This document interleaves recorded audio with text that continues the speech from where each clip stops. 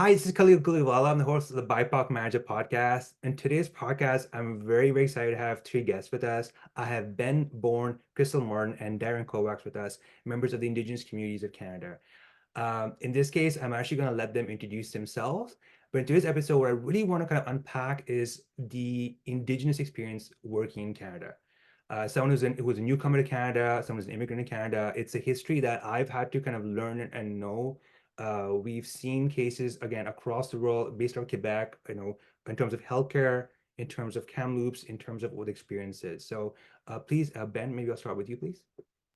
Sure. Hi, my name is Ben Borne. I'm a Soto man from Yellow Quill First Nation, which is about 300 kilometers east of Saskatoon, Saskatchewan, which is where I currently reside. Yellow Quill is on Treaty 4 territory, and Saskatoon here is on Treaty 6 territory. I'm a communications professional on paper, but a relationship builder at heart. I have a communications agency based here in Saskatoon, where we specialize in Indigenous communications, DE&I communications, branding creative, training facilitation, and dabble a little bit in digital advisory services. Yeah, I'm very excited to be here and to have this conversation with you. Thank you, Ben. Crystal, please. Udlakut, Ovanga Niveter, Sanariak Nunavut Mutak Sayayunga. Good day. I'm Crystal Martin. My namesake is Niveter. And I'm originally from Sanariak Nunavut, which is formerly known as Hull Beach.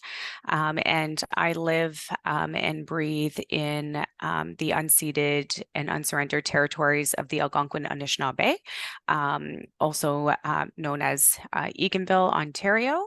I have lived in the South for well over 20 years now, but I have extensive experience working across Inuit Nunanga, which is Inuit homelands, and more so within a social work context. So I am a social worker by trade, and entrepreneur by heart. So I am the co-founder and CEO of Indigenous Geographic, and along with the president and CEO of UPIC Consulting. And yeah, so a lot of my work has been focused in working within Inuit communities and delivering and implementing various programs and services that are relevant to Inuit. And over the past few years, my business partner, who is Métis, Matt LeMay, we have worked across Turtle Island in capturing Indigenous oral storytelling, as well as history and experiences. So it's a pleasure to be here today. Thank you, Crystal. And Darian, please.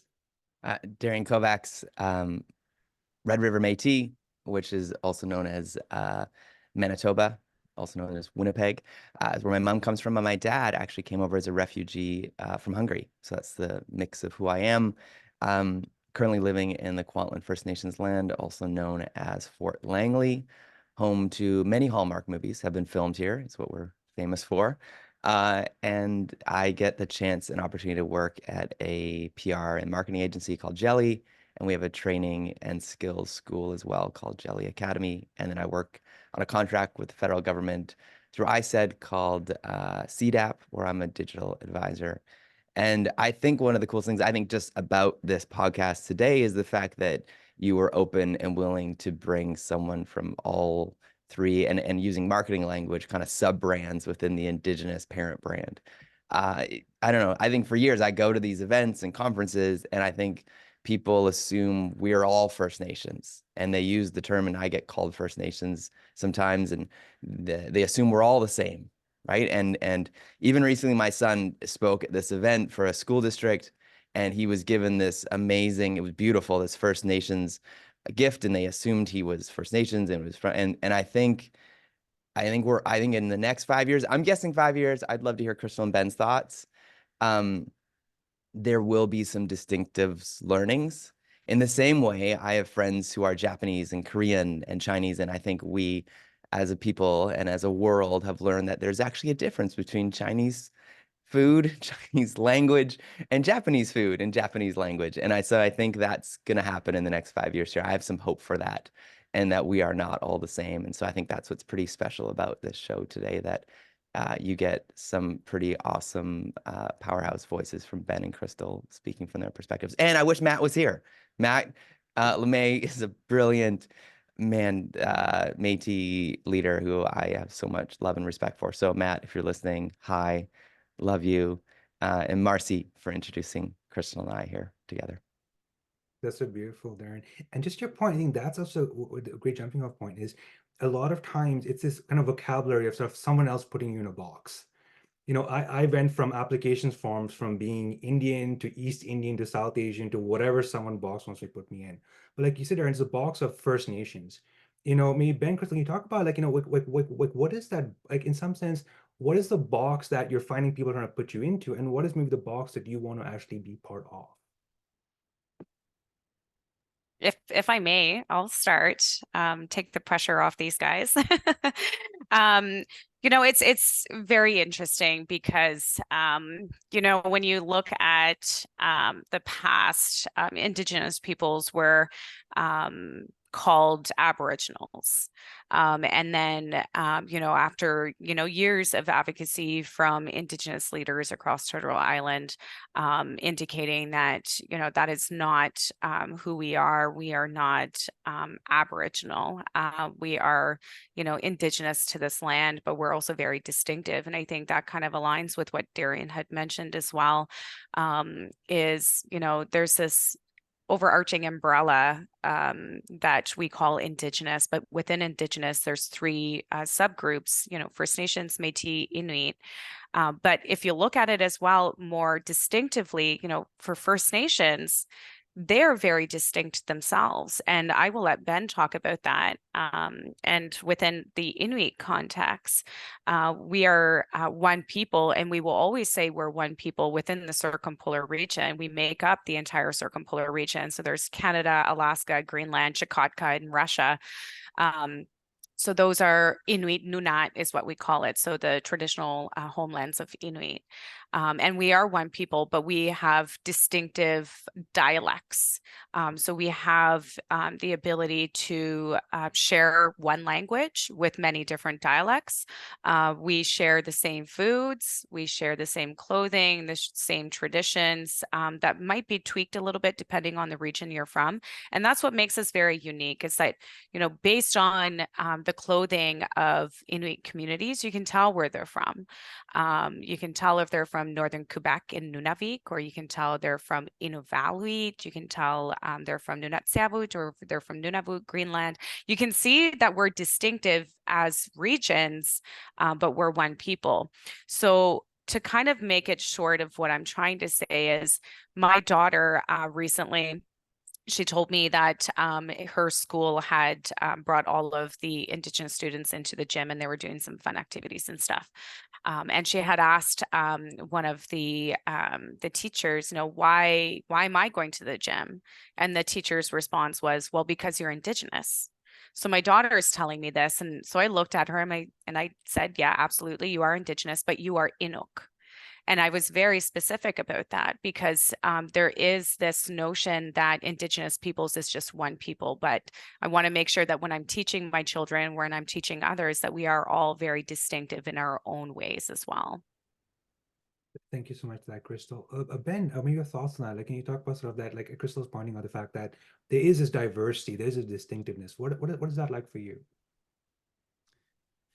I want to actually jump back to your analogy for a second on the box. My initial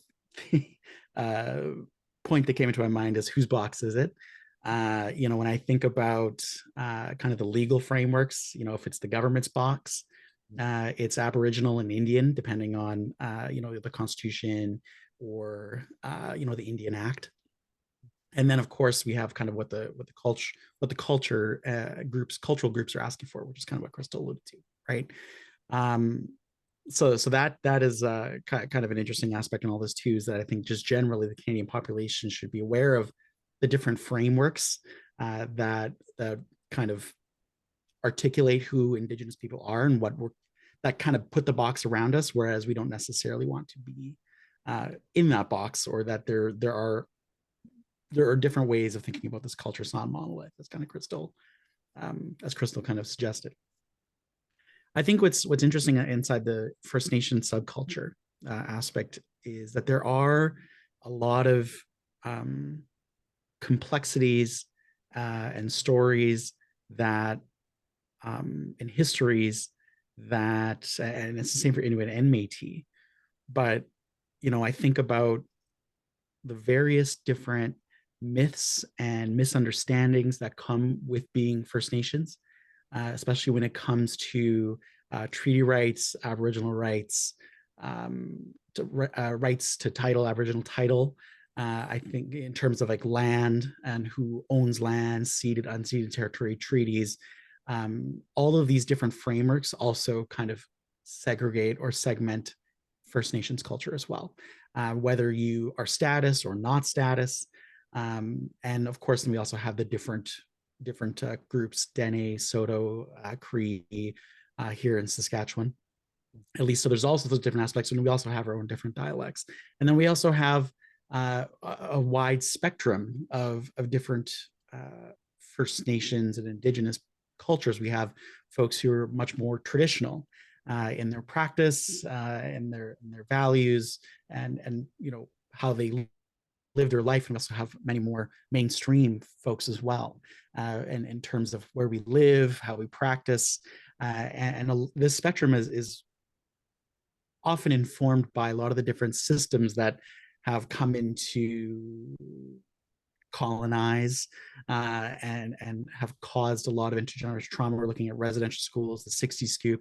I'm a descendant of a 60 scoop baby. So my mom is adopted into a white family, which has changed and informed everything about me and who I am, right? I've had a loss of culture. I've spent the last 10, 15 years trying to understand what that meant and what that looks like now. These are all the various nuances and distinctive aspects of what it means to be First Nations or even Indigenous, right? So it's not just First Nations group, but there's all these different stories inside these different groups that make up what it means to be this identity group. And so we try as much as we can to put it in a box, but the reality is that box doesn't fit. That status card doesn't fit everyone's unique identity and story. I struggled for a long time with trying to understand why I didn't fit in with that more traditional aspect, or why that loss of culture, and then and a lot of how to describe it, a crisis of identity, basically, or imposter syndrome, even sometimes to an extent. But then in the last few years, I've had to really recognize that all these systems that have been colonial systems that were designed to subjugate Indigenous people have affected me, and now my own identity looks a little different than some of my relatives, right? But it doesn't mean that I'm not Indigenous, right? And so that's an experience that a lot of people feel as part of our community, and I'm sure it's felt in a lot of Inuit communities and Métis communities as well. But yeah, I don't know if that kind of answers your question, or kind of describes to you what it means to be in this box or not in it. Whereas sometimes I don't feel like I'm in a box at all, and then sometimes I am. It depends on who's controlling that box or who owns it. Yeah. I think your point, Ben, is actually, I just like the word box, because it's always like, what box is someone trying to put me in? And then it's not the box I actually want to be in, right? Because that's that struggle, because you can show up, but someone keeps trying to put you in these boxes, and it's hard because there's diversity in different groups, diversity amongst groups. And I think what it sounds like on one hand is it's not just, it's not like also different, if I say the word Indigenous groups are getting more vocal about it. They're like, hey, like, there is a distinction here. Understand what the distinctions are, right? Like Western ways of thinking and systemizing and organizing does not fit with the Indigenous worldview and way of being, I guess. And so reconciling these two is nearly impossible, I guess, right? So it's definitely a challenge for sure.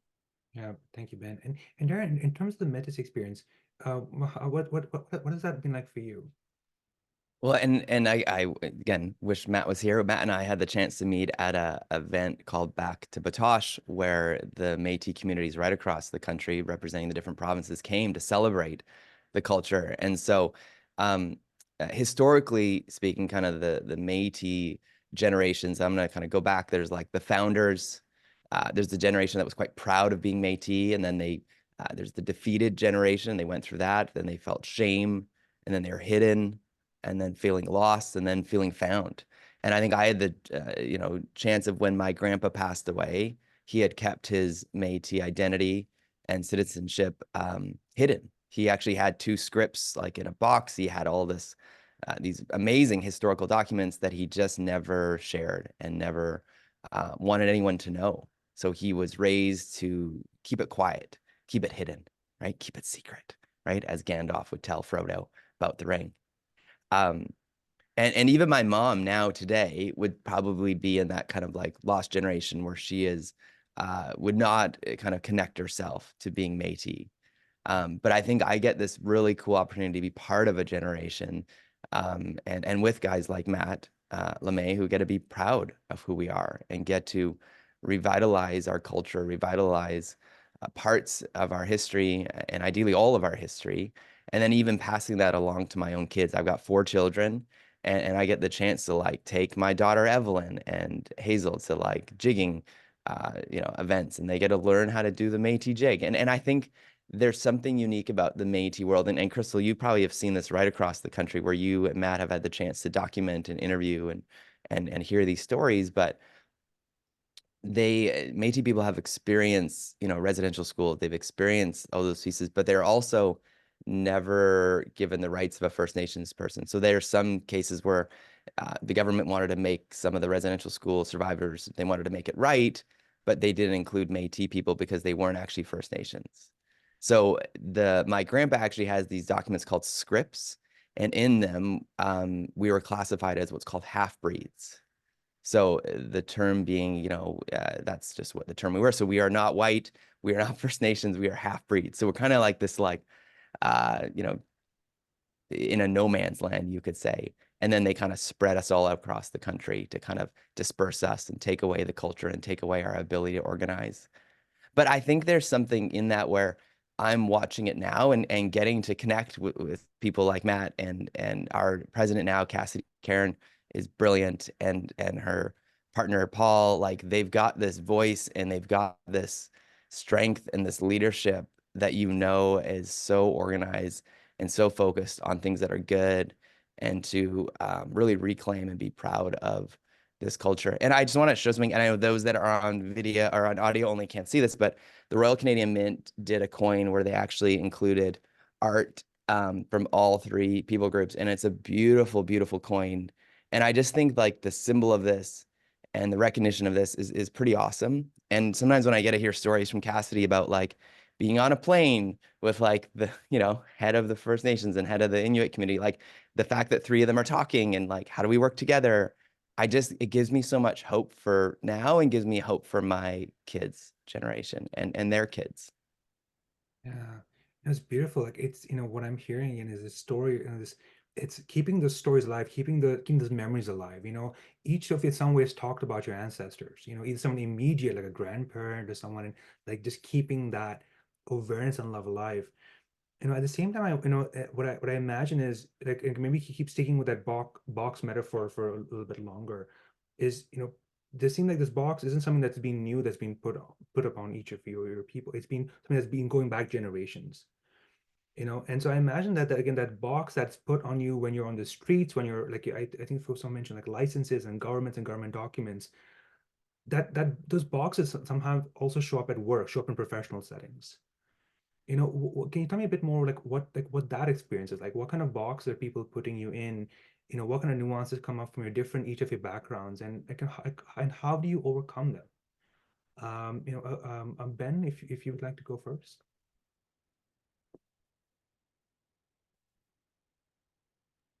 I've had the fortunate opportunity to spend my career working mostly with First Nations organizations or Indigenous people. So that's been itself been a real gift, because I haven't really known any other way of working. And so that's been great. I know that other folks have probably had a different experience. But what I see a lot of now, working in the space, especially when I'm advising and consulting on truth and reconciliation kind of matters, or training, or in kind of governance situations, is so much checkboxing, and a real desire to avoid accountability for anything, depending on the organization that you're working for or that you're with. And reconciliation action plan is a term that we're hearing a lot of right now, that everyone loves, corporate Canada loves. But often those go unchecked with meaningless measures and strategies that don't really make much of a difference. And so for me, I think that that's the struggle now when I'm watching employees and organizations, especially more Western organizations, that they still, while they are being included now because of equity initiatives, it doesn't resolve a lot of the complexities and nuances of being an Indigenous person inside an organization. Someone recently said in a meeting that a lot of Indigenous initiatives or strategies is basically a DE&I framework wrapped in braids. And it's not really an effective strategy or approach to including people in the business, because you're not being sensitive to the unique cultural needs of this group. For example, I know of an organization where they tout their equity or Indigenous employment statistics, but all of those people are in frontline roles who are still making, somewhere between $40,000 and $50,000, and they won't promote Indigenous people into management roles, or when they're challenged to bring Indigenous people to a senior level or executive roles, it doesn't happen. And they're not willing to train up or provide the resources to do that because, that's just how the system works, right? It comes down to how much power you have, which in this case is still how white your skin is, and whether you're a man or not. It gets in the way. So there's still a long way to go inside these organizations. So it looks great on paper, but there's still so many systemic issues that are deep underneath them that drive a lot of the problems that people face and experience. Yeah, that makes sense. Yeah. I mean, I'd like to ask that question, but inside, in the sense that, in terms of, I love the expression like checkboxing, right? I mean, this word keeps coming back, because that's how I realized was like, how is the government, how are, banks viewing me, how are surveys viewing me as the boxes I have to check off. It seemed like part of almost checkboxing. It seemed like almost as a DI framework that isn't really working. But because of the checkboxing, it used to be able to say, oh, here's the measures we're doing. But there's a reality and a history that the Indigenous and the different groups have gone through. And so just maybe kind of on sort of Ben's point, is there a way to kind of maybe, if you, in your experience, a way to kind of overcome that checkboxing? Have you seen anything that's been effective to change the mindset of that checkbox mindset? That's a pretty good question. I'm a bit ballsy though. So when it comes to Indigenous checkboxes, you're darn right, I'm taking advantage of that. Because if it's not an Indigenous person, then it's going to be a non-Indigenous that has, assumptions that naturally occur because they are non-Indigenous, because they do not have that experience and that exposure, and having that intergenerational trauma as well. So when it comes to that, for me anyway, and I wasn't always like that, I should say, I was never, when I was a kid, I was the complete opposite of how I am now. Because, much like what Darian had said, when I was growing up in Senariak, I was called a half-breed. My dad is non-Indigenous. My mom is. She's Inuk, and my dad has Irish and Scottish descent. So growing up for me in a small Inuit community, for me and my siblings, was very difficult. And I often felt not Inuk enough. And because of that experience and the bullying that had happened as a child in the community, my mom started calling me Inuk, which, I mean, Inuk is singular for a person. That's what it translates to. So I am Inuk. But my mom started calling me that to try and build my self-confidence and self-esteem in my own identity, because I felt as though I wasn't enough.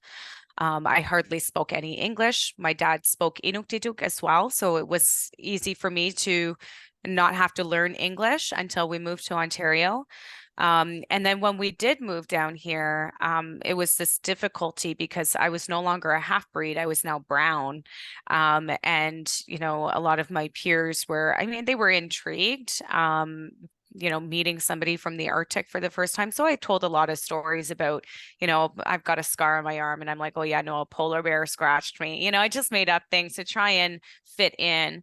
But it was still very difficult for me. And my dad, who's non-Indigenous, had always told me when I was a teenager that his goal was always to work himself out of a job.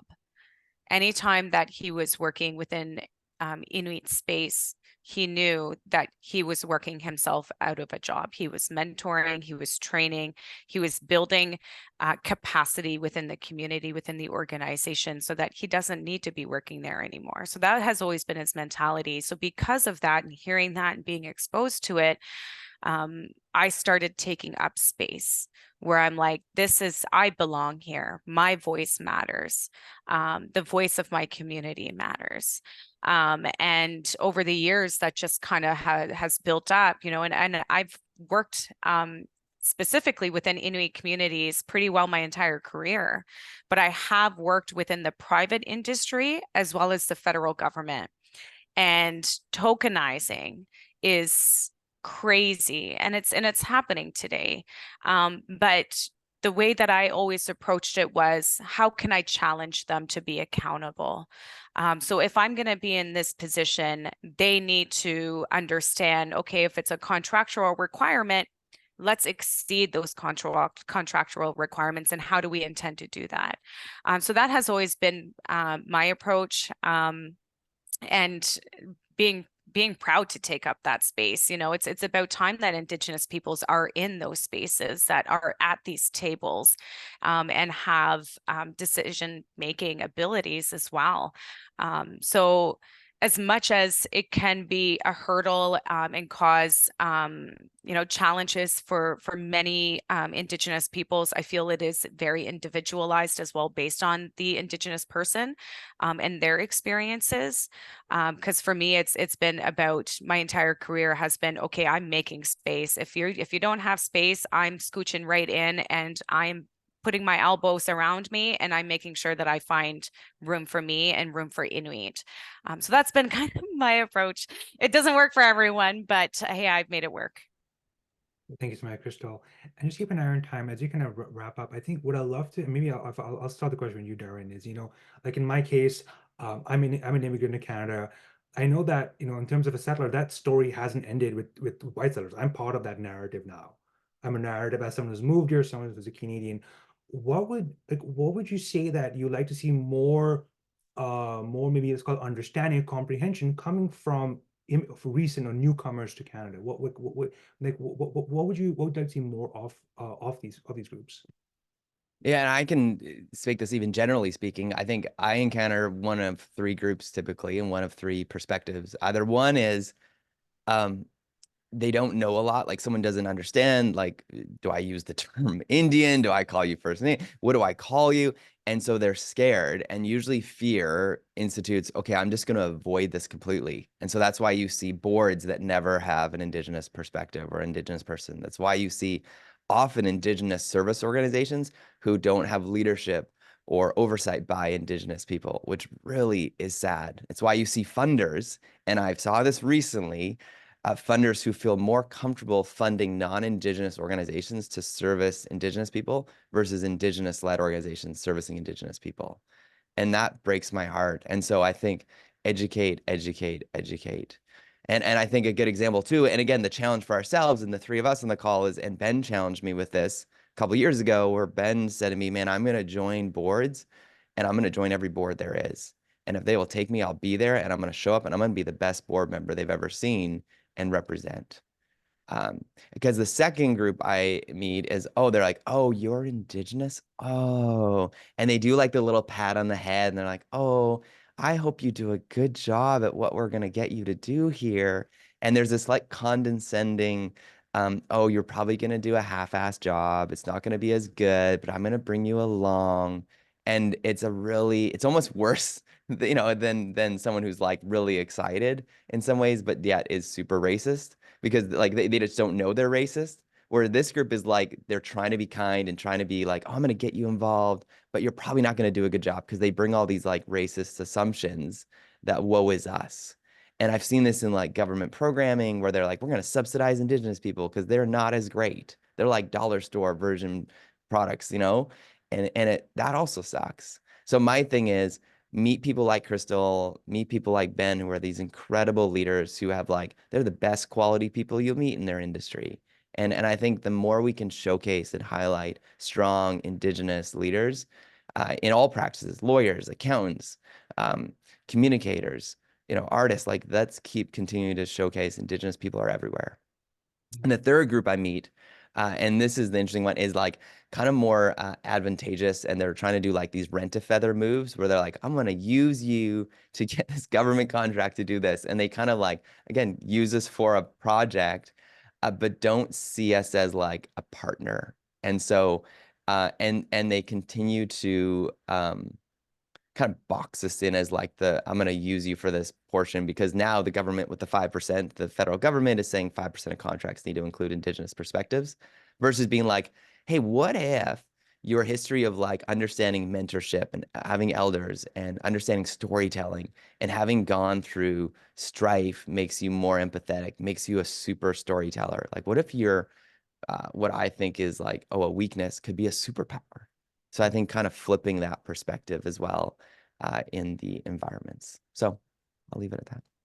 If I may, I wanted to add into that a little bit, just regarding, you know, the contractual obligations of 5% and stuff, and people businesses reaching out. So this is a regular thing that happens, right? It's not just like a one-time occurrence. When you are a registered Indigenous-owned business and you're on the federal procurement list and you're, you know, registered within your community and, you know, so on and so forth, and there's an opportunity, you do see a lot of non-Indigenous businesses and corporations that reach out and say, hey, we'd like to, you know, partner, I'll put that in quotes, partner with your company for this project, X, Y, and Z. You don't have to do anything though. And that's when I usually turn it around and I say, I will partner in on you if I have 51% of the contract. And if I don't have 51% of the contract, I'm out. And majority of the time, they're only reaching out because they want the contract and just to be able to put the name to paper. And those that are genuinely wanting to partner, that will work with Indigenous companies that, you know, say, okay, you take 51%, that's okay.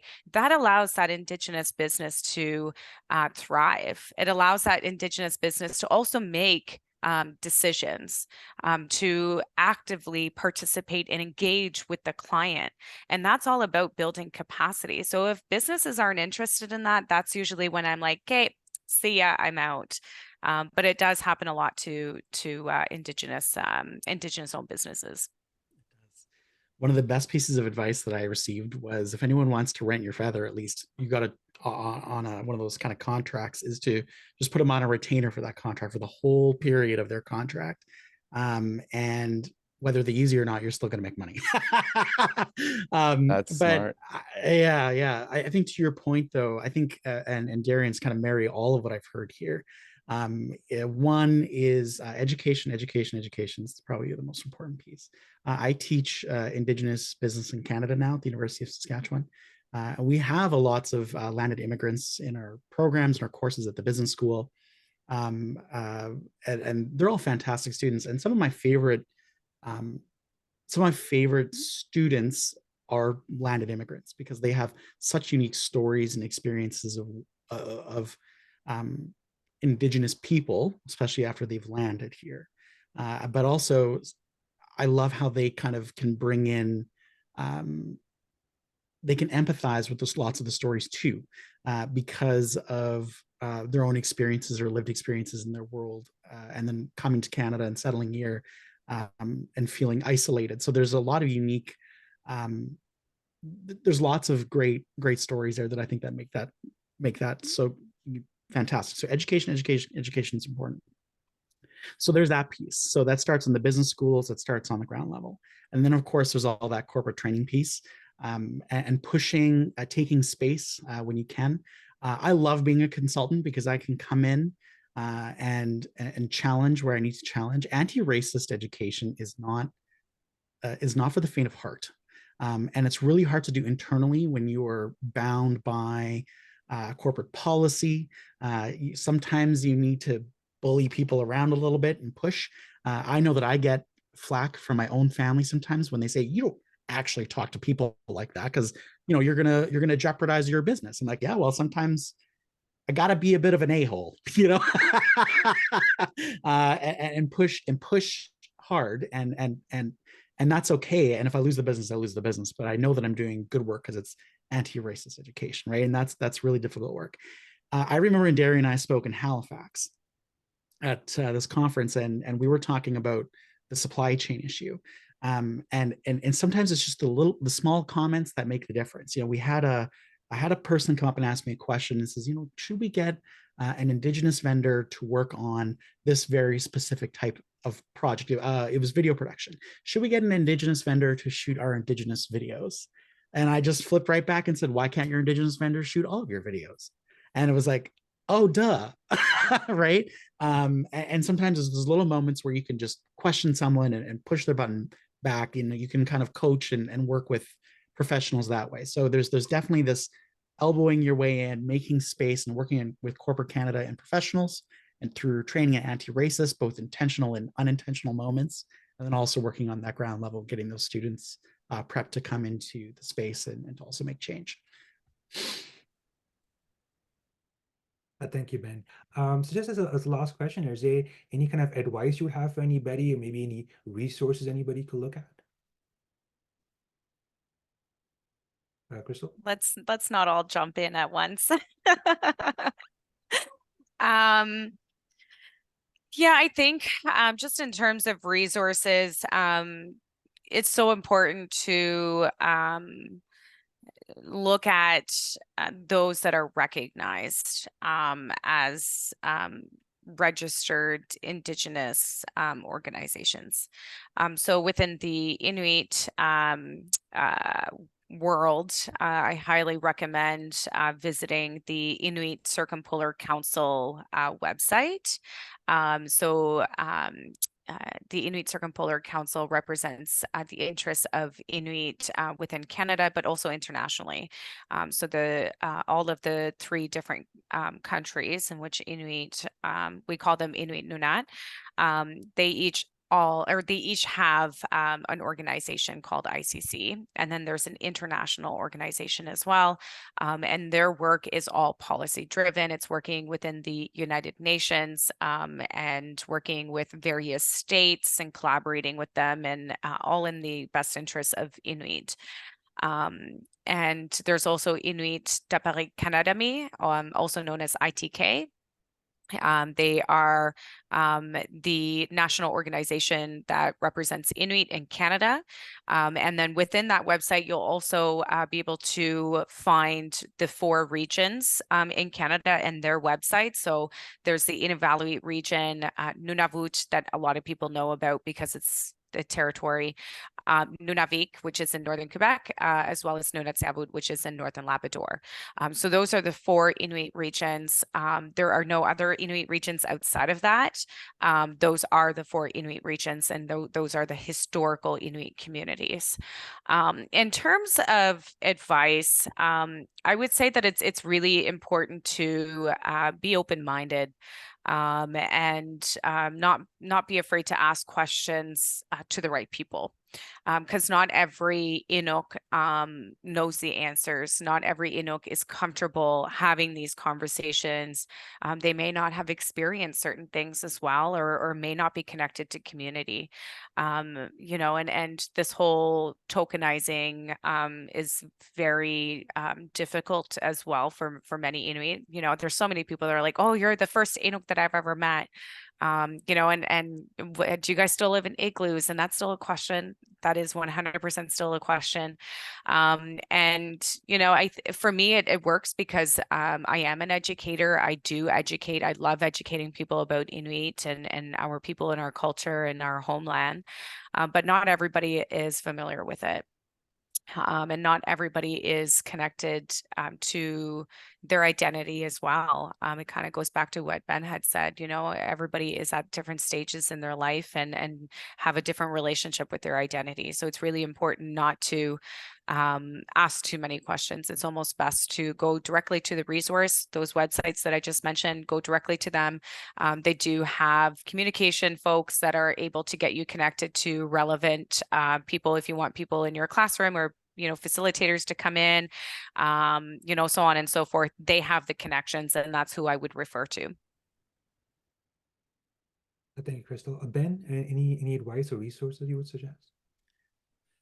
I think I have more advice than I do resources. I know that Darian has probably more resources than I can come up with right now. But on the advice side, to anyone who's interested in engaging in these issues, or especially if you're in corporate Canada and you're thinking about how you're going to get started, there's kind of one thought that keeps coming to mind. It's that once you start this journey, you have to buckle up and get ready to go. There's no going halfway on this issue. One, because we have a rapidly expanding Indigenous population in Canada, and it's going to be a massive workforce change. So you have to be ready for this from a governance perspective, from a policy perspective. You have to be ready for this.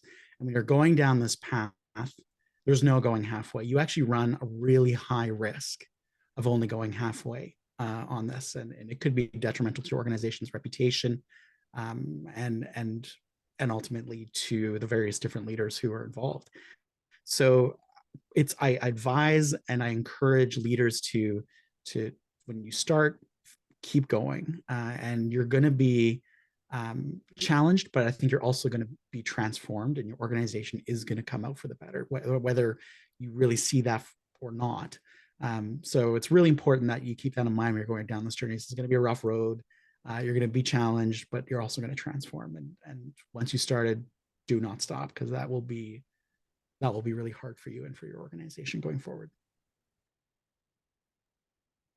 Thank you, I'd Ben. say CCAB is awesome in that they have a great resource of every Indigenous-owned business. So if you're looking for, again, lawyer, accountant, photographer, caterer, you name it, they've got a list of them all. And so being able to engage with Indigenous businesses is a great way and step, and I think a really cool opportunity. Ben and I also have another resource that's like every Indigenous marketing communication professional list as well, which is a resource I can share and will be in the show notes. And I really love, from the Métis perspective, there's a video from Rosie. It's like a video about who are the Métis from a kid's perspective, and it's really awesome. And it's like, I don't know, we all love, I think, some kids movies, and so it's a really good explanation of who are the Métis people from the perspective of like an 8-year-old girl named Rosie. Really, really great resource. And the other one would be Paul is a Métis advisor. So again, if you're looking at bringing in Indigenous advice, don't just bring in one advisor who's going to have one perspective who may kind of touch on the other two. I highly, highly encourage you to bring in 3. Anytime you want to have an Indigenous advisory kind of consultation or advice, bring in 3 people. Bring in the 3 major people groups. I think it's really wise and helpful and healthy and good.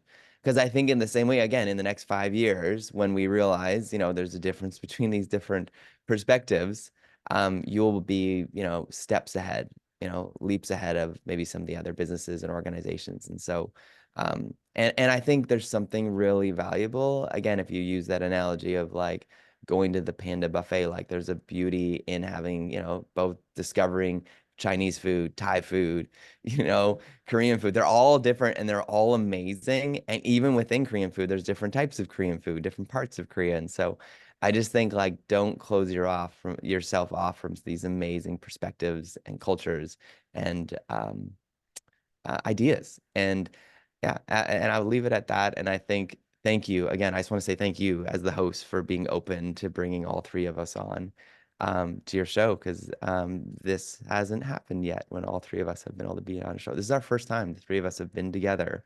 You've assembled the Avengers. You've brought together the three Power Rangers to assemble at the end of the episode to finally defeat the bad guy. So thank you for being that impetus.